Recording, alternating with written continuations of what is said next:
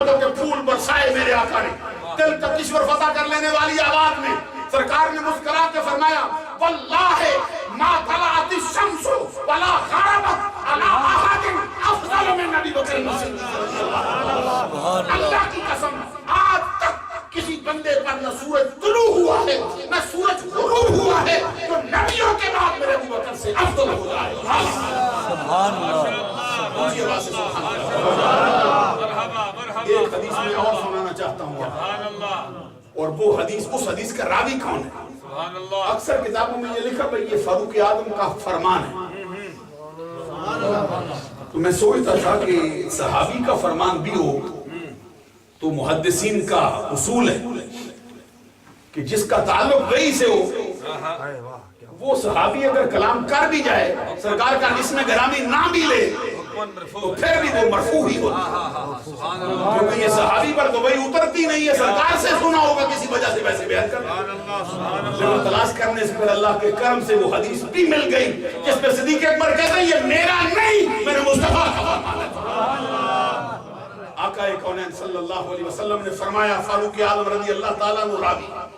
کتنا مرتبہ ہے فاروق اعظم؟ اونچی آواز سے کہو فاروق اعظم رضی اللہ تعالیٰ عنہ کا مرتبہ بھی سنا دوں، دو چار حدیثیں پڑھ دوں میں، چہرے میں ذرا مسکراہٹ آئے نا میں آپ کو ذرا تمہید باندھ رہا ہوں تھوڑی، اگر میرا ارادہ ہے تجریب سناؤں میں آپ کو دو ساقی ساتھ آئے، شاہ صاحب کی تشریف فرمائے علماء کا جمع غفیر ہے اور پھر مجھے چار یار پر بھی کچھ حدیثیں بیان کرنے کا حکم صادر کیا گیا۔ میں نے کہا یہ چار یار کوئی ہم نے گھڑی نہیں، حضرت قاضی شریح یہ حضور مولا علی شیر خدا رضی اللہ تعالیٰ عنہ کے دور خلافت میں یہ ان کے قاضی القضاء ہے اور ان کے فیض یافتہ ہے، چیف جسٹس ہے ان کے زمانے کا، اور ان کی جرأت کا حال کیا ہے؟ خود حضور مولا علی شیر خدا رضی اللہ تعالیٰ عنہ کو کئی مرتبہ لے آئے بلائے حضرت علی نے غصہ نہیں فرمایا، غور کرو نا، یہ ہیں مسلمانوں کے امیر جو جن کے نکاح میں مصطفیٰ نے اپنی بیٹی دی، حضرت علی شیر خدا رضی اللہ تعالیٰ عنہ کو ہمارے آقا ہمارے اعلیٰ حضرت امام احمد رضا نے جو مبارک بات دی میرا دل چاہتا میں سناؤں آپ، وہ کہتے ہیں السلام احمد سحر و برادر آمدہ حمزہ سردار شہیدہ ام اکبر آمدہ بنت احمد رونق کاشانہ و بانو تو گوشت و خونش و لحمش شیر و شکر آمدہ ہر نبی را ذریت در صلب او نہادہ اند نسل پاک مصطفیٰ اور پشت دو بر آمدہ۔ یہ اعلیٰ حضرت کا کلام ہے جو حضرت علی کی بارگاہ میں پیش کرتا ہے، علی تجھ کو مبارک ہو، علی شیر خدا تجھ کو سلام ہو ہمارا، کیونکہ تیرے مرتبے کا یہ حال ہے کہ تو ہمارے آقا کا داماد ہے، تو چھوٹا رشتہ تو اور تیرے ہمارے آقا تیرے سسرے محترم ہے، اور حمزہ جو سارے شہیدوں کا سردار ہے وہ تیرے چچا جان کا نام ہے۔ حضرت علی نے خود اپنی منقبت لکھی محمد النبی اخی و سحری و حمزہ سید الشہداء حضرت علی اس اعلیٰ حضرت نے پھر اسی کا ترجمہ آگے کہتا بنت احمد رونق کاشانہ و بانو تو کہ علی تجھ کو مبارک ہو ہمارے آقا کے جگر کا ٹکڑا، عصمت کا در نہاں، عفت کا گنج گرا، شہدادی کون و مکان، سیدۃ النساء اہل الجنہ، سیدۃ النساء العالمین حضرت فاطمہ الزہرا، وہ تیری زوجہ محترم، وہ تیرے گھر کی رونق ہے، تیرے بچوں کی ماں ہے، ان کا گوشت تیرے گوشت سے، تیرا گوشت ان کے گوشت سے، ان کا خون تیرے خون سے، تیرا خون ان کے خون سے، جو باہم جب دیگر ہوا ہے جیسے دودھ کے اندر شکر ملا ایک کر حضرت علی المرتضیٰ شیر خدا رضی اللہ تعالیٰ یہ قاضی شریح نے حضرت علی کو بڑھانے میں کھڑا کرتا سبحان اللہ کہو اور ایک مرتبہ حضرت فاروق اعظم رضی اللہ تعالیٰ عنہ کے زمانے میں ایک طرف حضرت عمر کھڑے تھے ایک طرف حضرت علی کھڑے تھے، کٹارے میں آئے قاضی نے کھڑا سبحان اللہ کہو نا یہ ہے ہمارے لوگوں میں کیا حال ہے، ایم این اے ہو جاتا ہے ایم پی ہو جاتا ہے تو بندے کا پھر مزاج ہی نہیں ملتا کسی سے، ٹیڑھی ہو جاتی اس کی عقل میں اونچا ہو گیا ہو، صدر صاحب جیل پہ کوئی قانون ہی لاگو نہیں ہوتا،